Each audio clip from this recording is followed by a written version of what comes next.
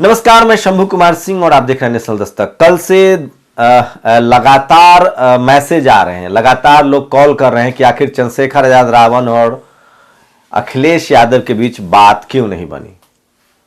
मैंने वीडियो में सब बातें रख दी है, जो चंद्रशेखर रावण ने कहा है वो रख दिया, अखिलेश यादव ने जो कहा वो भी रख दिया।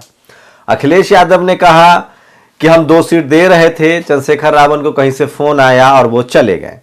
चंद्रशेखर रावण लगातार मीडिया में कह रहे हैं कि हम चुनाव जीतने के बाद भी अखिलेश यादव की ही मदद करेंगे, कम से कम 5 सीट हमको मिलनी चाहिए थी।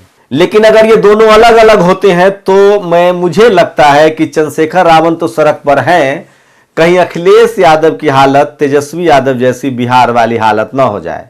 शुरुआत करता हूं बिहार से ही। क्या हुआ था, अखिलेश यादव के ऐसे ही जो सवर्ण सिपहलसार थे, उन्होंने समझा दिया था कि आप तो ऐसे ही जीत जाएंगे, वोट तो आपको दे रहा है। और तेजस्वी यादव को कहा गया कि कम से कम राजपूत तो आपको टूट के वोट दे रहा है सवर्णों में। नतीजा सामने था, आनंद मोहन का बेटा, उसको टिकट मिला, उनकी पत्नी पार्टी में शामिल हुई, राजपूत को, जगदानंद सिंह को पार्टी का अध्यक्ष बना दिया गया, मनोज झा सारा काम देख रहे थे। मामला वोट तो ओबीसी के लोगों ने जमकर दिया था। सोचिए, अमित शाह ने चाल चली और पासवान जी का जो चिराग पासवान है वो नीतीश के खिलाफ कैंडिडेट दिए। शेड्यूल कास्ट का वोट जो है वो किसी कीमत पर बीजेपी के साथ नहीं गया, वो चिराग पासवान के साथ गया ज्यादातर सीटों पर, और नहीं तो तेजस्वी यादव के साथ गया। मुसलमानों का वोट तेजस्वी यादव के साथ गया। पिछड़ा आधा वोट यादवों ने जरूर तेजस्वी यादव को वोट किया, लेकिन पिछड़ा समाज का वोट जो है, ओबीसी का जो वोट है, वो बीजेपी के साथ गया, क्योंकि उसके पास नीतीश कुमार भी था।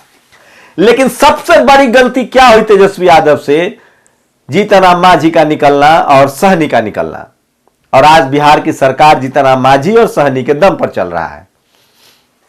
नीतीश जी का जो नुकसान हुआ वो चिराग पासवान की वजह से हुआ। सवर्ण वोटर जो है वो बीजेपी के साथ बने रहे और बीजेपी शानदार पार्टी बन के उभरी। लेकिन तेजस्वी यादव को वोट किसने दिया? यादवों ने दिया, ओबीसी की आधा ओबीसी ने दिया, मुसलमानों ने दिया और शेड्यूल कास्ट के लोगों ने दिया। क्या सवर्णों ने वोट किया था? आप लोग बताइए, क्या यही? अच्छा, ओवैसी ने भी 5 सीटें निकाली। ओवैसी मतलब इसका फैक्टर है। अगर सोचिए, जिस तरह से बीजेपी एक भी मुसलमान को टिकट नहीं देती है, अगर तेजस्वी यादव ने ओवैसी को 5 सीटें दी होती, गठबंधन कर लिया होता, सहनी को दिया होता, मांझी को दिया होता, तो आज वो मुख्यमंत्री होते।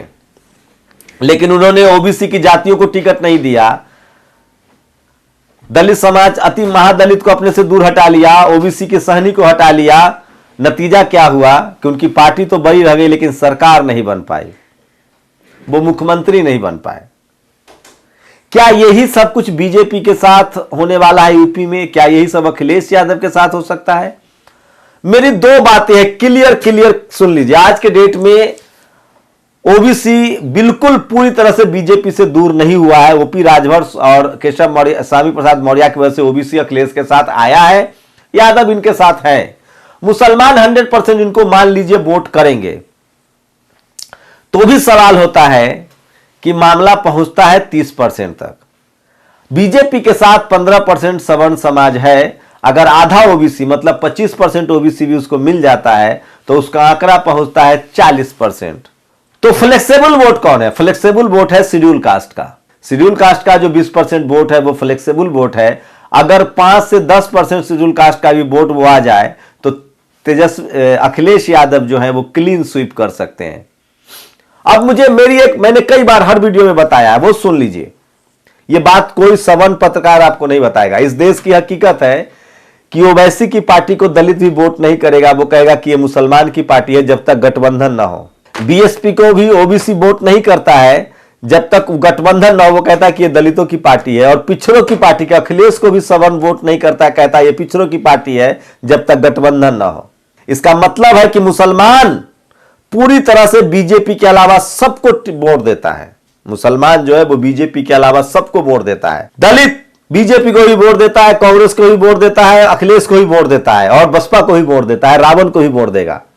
पिछड़ा समाज, इसका भी वोट आज के डेट में या तो अखिलेश के साथ जाएगा या फिर बीजेपी के साथ जाएगा धर्म के नाम पर, और जाति की वजह से अखिलेश के पास जाएगा। लेकिन ओबीसी की शैक्षणिक समझ इतनी नहीं है तो ज्यादातर वोट धर्म के नाम पर बीजेपी के साथ जाता है।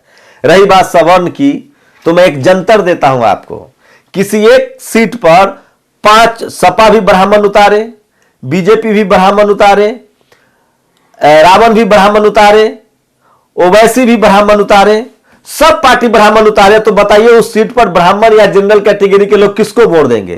कांग्रेस को, बीजेपी को, सपा को, सब ब्राह्मण कैंडिडेट है, वो बीजेपी को वोट देंगे। मान लीजिए, गणित उलट दीजिए, किसी सीट पर जहां सवर्णों की संख्या ज्यादा है उस सीट पर बीजेपी किसी मुसलमान को टिकट दे दे और बाकी सारी पार्टियां किसी सवर्ण को टिकट दे, तो भी सवर्ण किसको वोट देगा? वो मुसलमान को वोट देगा, क्योंकि उसे पता है कि इसका कंट्रोल आरएसएस के हाथ में रहेगा। यह समझदारी है सवर्ण समाज में, लेकिन ओबीसी में यह समझदारी नहीं है। आज ही लखनऊ के अंबेडकर यूनिवर्सिटी में ग्रेजुएट और पोस्ट ग्रेजुएट के सीटों के लिए ओबीसी आरक्षण लागू नहीं हुआ है। एक लिस्ट आई है पूरी, तो ओबीसी को आरक्षण नहीं मिल रहा है। शेड्यूल कास्ट, शेड्यूल ट्राइब का आरक्षण बच रहा है, माइनॉरिटी ओबीसी के आरक्षण नहीं बच रहे हैं। तो ये है इस देश का वोटिंग पैटर्न। अब मैं ये बातें क्यों बता रहा हूं? ये बातें इसलिए बता रहा हूं कि किसान आंदोलन से जाट जरूर आरएलडी के साथ आए हैं, जाट वोट करेंगे ओबीसी में, यादव भी वोट करेंगे, लेकिन अभी भी ओबीसी की 25% के करीब, जो आधा वोट है ओबीसी मान लो 100% है, तो 50% अगर आ भी जाए अखिलेश के साथ, तो अभी भी 50% वोट बीजेपी के साथ है, धर्म के नाम पर, जिनके पास शिक्षा नहीं है। इस देश में 2 ऐसी कम्युनिटी है, शेड्यूल कास्ट और मुस्लिम्स, कम से कम यूपी बिहार में, जो किसी कीमत पर बीजेपी को वोट नहीं देना चाहती है। और खासकर शेड्यूल कास्ट की शैक्षणिक समझ इतनी ज्यादा है, सामाजिक समझ इतनी ज्यादा है, जैसे एक नॉन मैट्रिक ब्राह्मण जैसे सोचता है जातिवाद पर, धर्म पर, आरक्षण पर, वैसे ही उसका पीएचडी ऑक्सफोर्ड में बढ़ा हुआ ब्राह्मण भी वैसे ही सोचता है। अभी देखे नहीं, कानपुर आईआईटी का जो एक ब्राह्मण प्रोफेसर है, वो कहता है कि भूत भगाने के लिए मंत्र का जाप कीजिए।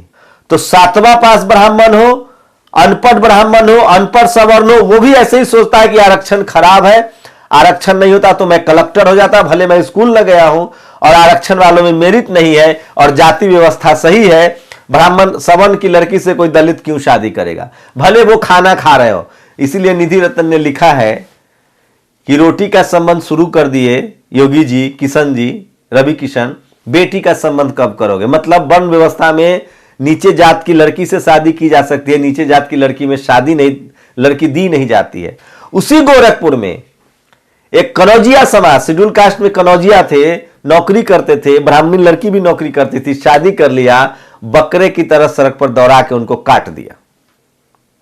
और कोई एक घटना नहीं है ये, इस देश में जाति बनी हुई, लेकिन मैं इसके लिए सिर्फ सवर्णों को दोषी नहीं ठहराता हूं, जाति हर जगह बनी हुई है। दलित ओबीसी से शादी कर ले, वहां हत्या, दलित में भी कोई, वहां भी जाति बनी हुई है। तो जाति का जो सबसे बड़ा लाभार्थी है वो मजे ले रहा है ऊपर बैठ के, और सब जाति के नाम पर लड़ रहे हैं। इसलिए बाबा साहब ने होशियारी से जातियों को, हजारों जातियों को एससी, एसटी, ओबीसी और माइनॉरिटी में तब्दील किया, जनरल में तब्दील किया, और उन्होंने कहा कि वोट का संबंध तो बना ही लो एससी, एसटी, ओबीसी, माइनॉरिटी, नहीं तो मजदूर, मजबूर और लाचार बनोगे। यही होने जा रहा है यूपी में। मैं फिर कह रहा हूं, मुसलमान अखिलेश को साथ दे दे तो अभी 20%, ओबीसी आधा साथ दे दे तो अभी 25%, कितना होता है? 45%। अगर मुसलमान 20% साथ दे दे, जबकि ओवैसी भी फैक्टर है, डेंट समझते जाइएगा, ओबीसी आधा भी आ जाए तो अभी 45% होता है, लेकिन बीजेपी के पास 15% सवर्ण है और 25 आधा ओबीसी है, मतलब 45 तो उसके पास भी है। अब रही बात शेड्यूल कास्ट का, जिस तरफ शेड्यूल कास्ट का 5% वोट, मान लीजिए 5% वोट भी शेड्यूल कास्ट का अखिलेश के साथ चला गया, तो इनका आंकड़ा पहुंच जाता है 55% वोट लाना पड़ेगा यूपी में बीजेपी को हराने के लिए, क्योंकि उसको 48-50% तक वोट मिला है। तो सारा खेल शेड्यूल कास्ट पर है। मैं फिर दावे के साथ कह रहा हूं कि चंद्रशेखर रावण भले अकेले एक सीट ना जीते, लेकिन वो हरा जरूर सकते हैं। मायावती जी भले सीट ना जीते, क्योंकि शेड्यूल कास्ट के सीट से वो जीतेंगी नहीं चुनाव, लेकिन वो नुकसान कर सकती है समाजवादी पार्टी का, और बीजेपी यही चाहती है। जैसे बिहार में चिराग पासवान को अमित शाह ने ही समझाया था कि कि मुझे दलित वोट करेगा नहीं, तुम मेरे गठबंधन में भी आ जाओगे तो दलित बीजेपी को वोट करेगा नहीं, क्योंकि वो सबसे ज्यादा नाराज है, जैसे मुसलमान नाराज है। लेकिन तुम अलग वोट कर दो, अगर तेजस्वी यादव के साथ वो वोट न जुड़े तो हमारा काम बन सकता है। और चिराग पासवान ने ही किया, उन्होंने शेड्यूल कास्ट का वोट काटा, थोड़ा बहुत नीतीश को नुकसान पहुंचाया और तेजस्वी यादव को भी नुकसान हुआ। अगर गठबंधन हो जाता चिराग से तो वो क्लीन स्वीप था, या मांझी भी रहते बीजेपी में नहीं जाते तो भी क्लीन स्वीप होता, सहनी भी क्लीन रहते गठबंधन में तो भी क्लीन स्वीप होता। यही यूपी में हो जाएगा। अखिलेश को आधा ओबीसी मिलेगा, आधा मुसलमान मिलेगा, लेकिन शेड्यूल कास्ट का वोट नहीं मिलेगा, क्योंकि चंद्रशेखर ने इसको प्रेस्टीज इशू बना दिया है। चंद्रशेखर भले अकेले, उनके समर्थक लिख रहे हैं कि चंद्रशेखर जीत नहीं सकते, चंद्रशेखर भले अकेले न जीते लेकिन वो हरा जरूर सकते हैं। मैं फिर कह रहा हूं कि शेड्यूल कास्ट किसी कीमत पर बीजेपी को तो वोट नहीं करेगा। इसका मतलब है कि ओबीसी से ज्यादा संभावना है कि वो अखिलेश को वोट करे। जरूरत है उसके लीडरशिप को आगे लाने की। यह मेरी निजी राय है और मैं इसीलिए कहता हूं कि 20% मुसलमानों को इग्नोर करके जब बीजेपी जीत सकती है तो 15 बनाम 85 की लड़ाई। कल अखिलेश कह रहे थे मैं प्रोग्रेसिव ओबीसी हूं, मैं प्रोग्रेसिव पिछड़ा हूं। अरे अखिलेश जी, आप बढ़िया बात है प्रोग्रेसिव पिछड़ा रहिए, लेकिन प्रोग्रेसिव सवर्ण तुम खोजिए। जो बीजेपी 100 सीटें बचाती है मुसलमानों को नहीं देती है, वो अति पिछड़ों को देगी, दलितों को देगी, गैर जाटव गैर यादव के नाम पर। वही सवर्णों को जो 100 सीट देंगे अखिलेश, अगर वो सीटें दलित रावण को मिल जाए, वो जो सवर्ण समाज को वो सीट देंगे वो रावण को मिल जाए, वो सीटें अति पिछड़ी जातियों को और रिप्रेजेंटेशन दे दे, तो अखिलेश का क्लीन स्वीप हो जाएगा। क्या लगता है आप लोगों को कि जो 100 सीटें जिस तरह से मुसलमानों को न देकर बीजेपी अति पिछड़ों को देती है, दलितों को देती है, अखिलेश सवर्ण वाला सीट काटकर अति पिछड़े और दलितों को दे दे तो क्या नुकसान है?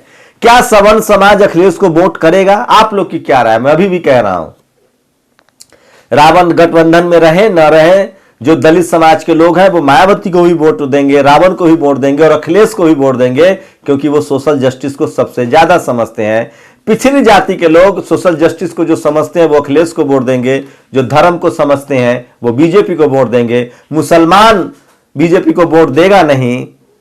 सवर्ण समाज के लोगों पर आप लोग की क्या राय कि क्या सचमुच 100 टिकट सपा से मिलने के बाद भी, आरएलडी से मिलने के बाद भी सवर्ण समाज वोट करेगा? मेरी राय है नहीं। आपकी क्या राय? अपनी राय जरूर दीजिए। मैं फिर कह रहा हूं, अखिलेश से कहीं बड़ी चूक तो नहीं हो रही है। 5 टिकट के बदले उनको 5% वोट तो मिल ही सकता है और उनकी छवि भी बहुत बढ़िया हो जाएगी।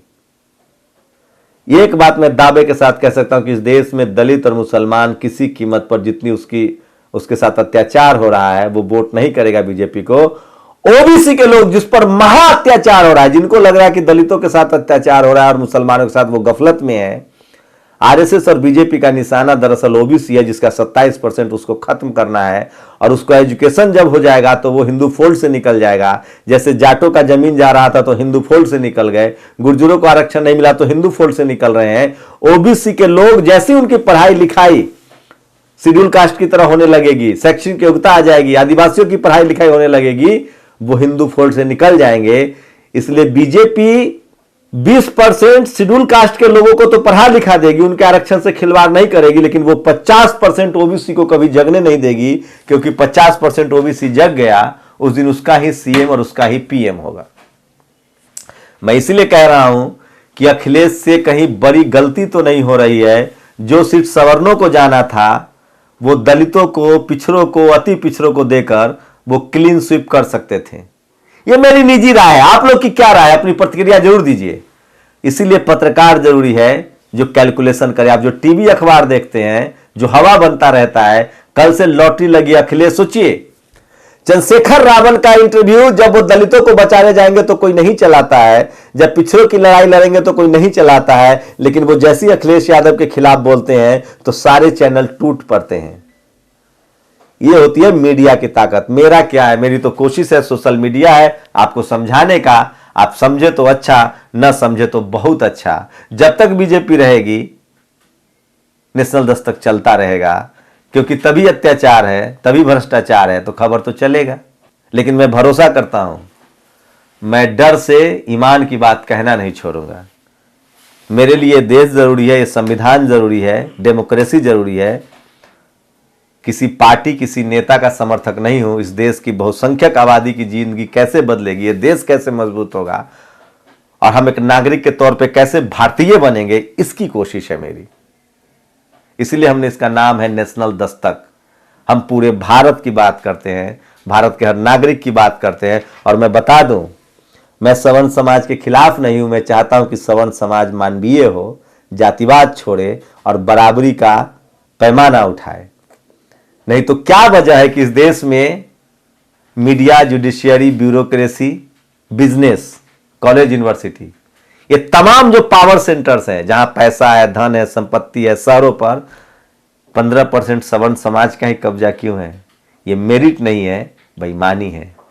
85 को मौका नहीं दिया गया है और कहा जा रहा है कि उनमें मेरिट नहीं है।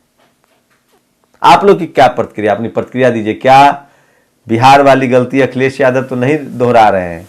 और कितने परसेंट ओबीसी अखिलेश के साथ हैं? 100%? मुझे नहीं पता, आप बताइए। लेकिन मुसलमान और शेड्यूल कास्ट किसी कीमत पर बीजेपी को तो वोट नहीं देने जा रहा है। ये मेरी पुख्ता राय है, ग्राउंड की राय है। आपकी क्या राय, अपनी राय जरूर दीजिए। शुक्रिया। नेशनल दस्तक की आपसे गुजारिश है कि अगर इसको बचाना चाहते हैं तो नेशनल दस्तक को सब्सक्राइब करने के लिए रेड कलर के सब्सक्राइब बटन को दबाएं, फिर बेल आइकन की घंटी दबाएं। नेशनल दस्तक को बचाने के लिए बहुत जरूरी है कि हर खबर को शेयर करें, लाइक करें, कमेंट जरूर करें।